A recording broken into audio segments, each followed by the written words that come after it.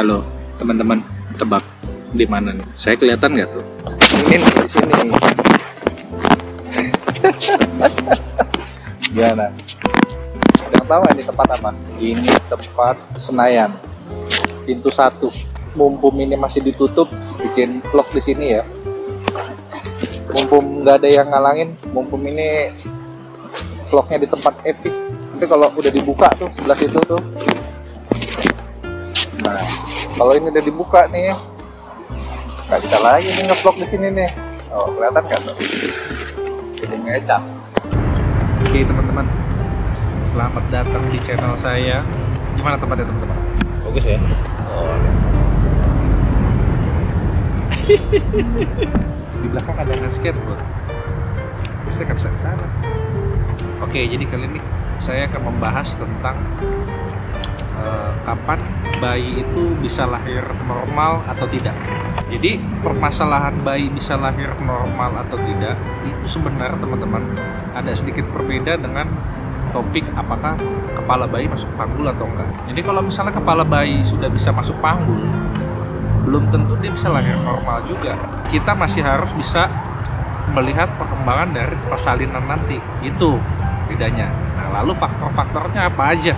Jadi di video yang sayang ini saya sudah bilang kalau misalkan kepala tidak bisa belum masuk panggul itu gimana gitu. Nah, yang sekarang saya akan jelaskan adalah kapan bayi ini bisa lahir normal atau tidak.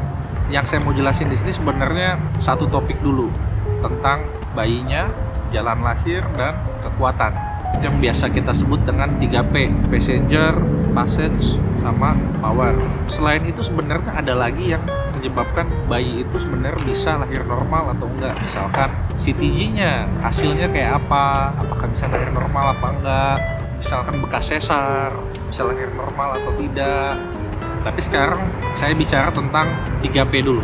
Jadi sebelumnya ada yang menanyakan sama saya, "Dok, bayi saya belum masuk panggul, gimana caranya untuk mesti masuk panggul?" Lalu sudah masuk panggul, sudah seneng bawaannya, untuk bisa lahir normal, gini. Tapi ternyata kenyataannya dia nggak bisa lahir normal. Masuk panggul dengan bisa lahir normal itu lain cerita. Jadi di sini teman-teman, hubungannya adalah adanya korelasi antara bayi dan jalan lahir. Jadi kalau misalkan contohnya jalan lahirnya kecil, tapi bayinya kecil, bisa lewat. Tapi kalau misalkan bayinya besar, ternyata jalan lahirnya juga besar, itu juga mungkin bisa lewat ya. Nah, cerita kalau misalnya bayinya besar, jalan lahirnya kecil gitu kan. Begitu juga dengan kontraksi itu harus ada yang namanya power gitu ya. Jadi sekarang saya akan bicara pertama tentang bayinya. Memang ada indikasi-indikasi tertentu bayi bila bayinya itu makrosomia, misalkan di atas 4,5 kilo, itu sudah ada indikasi untuk sesar, apalagi kalau ibunya kecil ya gitu kan. Tapi ternyata ada juga yang bayinya ternyata cuma 3,4 kilo atau 3,3 kilo, kok ini nggak bisa turun gitu ya. Ini sudah masuk tapi kok nggak bisa turun gitu. Nah, ternyata panggulnya memang sempit gitu. Itu juga ada. Sekarang permasalahannya yang kedua adalah dari posisi bayi itu sendiri teman-teman. Ya tentu kalau posisinya melintang nggak bisa ya. Banyak yang bilang presentasinya bukan ubun-ubun kecil, nggak bisa normal nih gitu kan. Ada yang buka gitu kan ya. Nah, jadi sebenarnya teman-teman dari antara semua presentasi tersebut sebenarnya ada banyak. Ada yang menekuk seperti ini, ada yang kebuka ke atas, buka gitu ya. Ada juga yang di tengah-tengah seperti ini. Nah, tengah-tengah nih posisinya puncak kepala atau dahi. Cuma posisi yang rata begini itu tidak stabil. Kenapa? Karena waktu dia turun itu kan ada penekanan. Kepala mau nggak mau akan menekuk ke depan atau ke belakang. Seperti itu. Cuma yang tidak bisa lahir normal itu biasanya adalah presentasi muka yang kebalik. Yang dagunya itu ada di bawah. Ya, ada di bawah dekat perineum. Itu yang nggak bisa. Sisanya rata-rata masih bisa. Lalu yang kedua, misalkan presentasi sungsang, bokong. Yang bisa melahirkan adalah biasanya hanya bokong saja gitu ya. Yang kakinya turun duluan itu nggak bisa keluar. Di situ perbedaannya.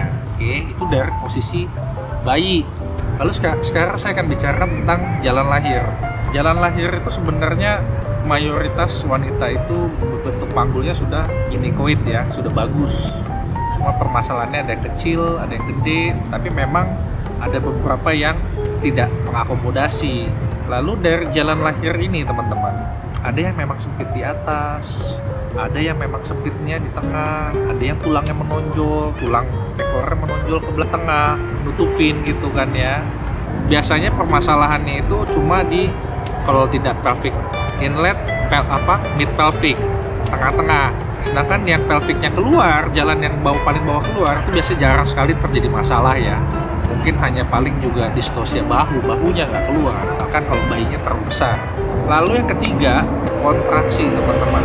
Biasanya itu ya teman-teman, kontraksi yang adekuat itu kita butuhkan sekitar 2-5 dengan minimum 40 detik sampai 60 detik gitu.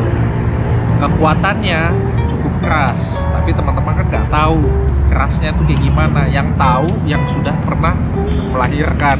Nah, kalau kontraksi ini nggak adekuat, mau nggak mau kita harus kasih augmentasi. Sekarang yang saya mau bicara adalah kapan ini bayi bisa lahir normal atau enggak? Kan begitu pertanyaannya. Dok, bayi saya gede nih, bisa lahir normal nggak ya?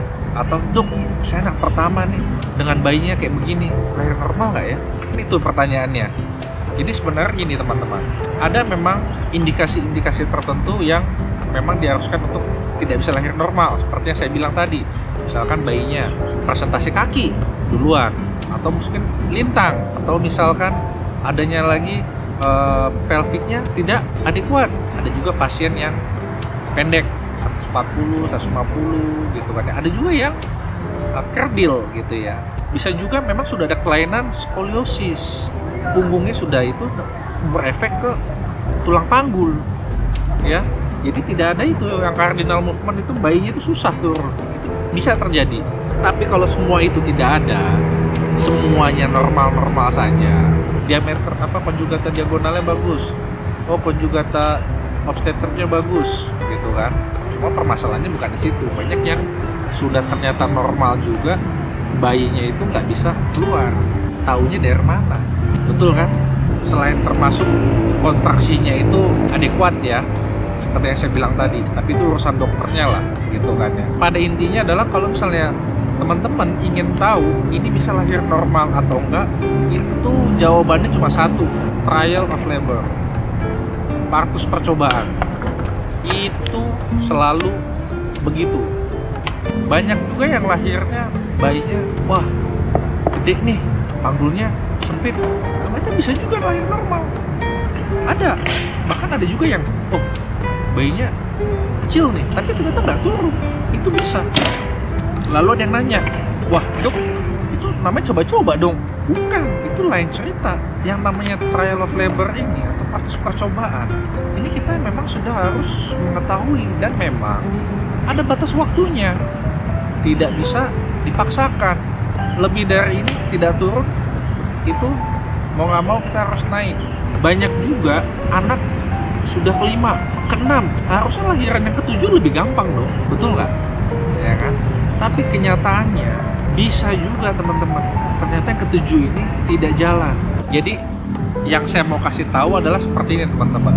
Kalau bayi Anda besar dan Anda tergolong kecil, itu tidak masalah. Ada juga yang bilang misalkan Anda tingginya kurang nih, gitu kan ya. Di situ teman-teman gak usah takut ya. Teman-teman silahkan cek ke dokter kandungan. Karena memang betul, biasanya kalau orang pendek, tulangnya itu kita waktu pinggulnya juga kecil, gitu kan ya. Tapi itu nggak jaminan juga. Bisa juga memang bayinya kan juga kecil, gitu ya. Jadi belum tentu. Jadi teman-teman nggak usah terlalu mikir, aduh dok, saya nih tingginya cuma 150 nih, atau 152, bisa nggak ya, gitu kan. Nah teman-teman nggak usah mikirin, tenang aja. Percayakan itu sama dokter kandungan teman-teman masing-masing. Dinilai ini bisa apa enggak. Kalau memang panggulnya kecil, perkiraan estimasinya kurang lebih bisa lewat itu berapa. Terus bayinya sekarang kalau memang lebih besar, mungkin nggak bisa lewat. Begitu ya.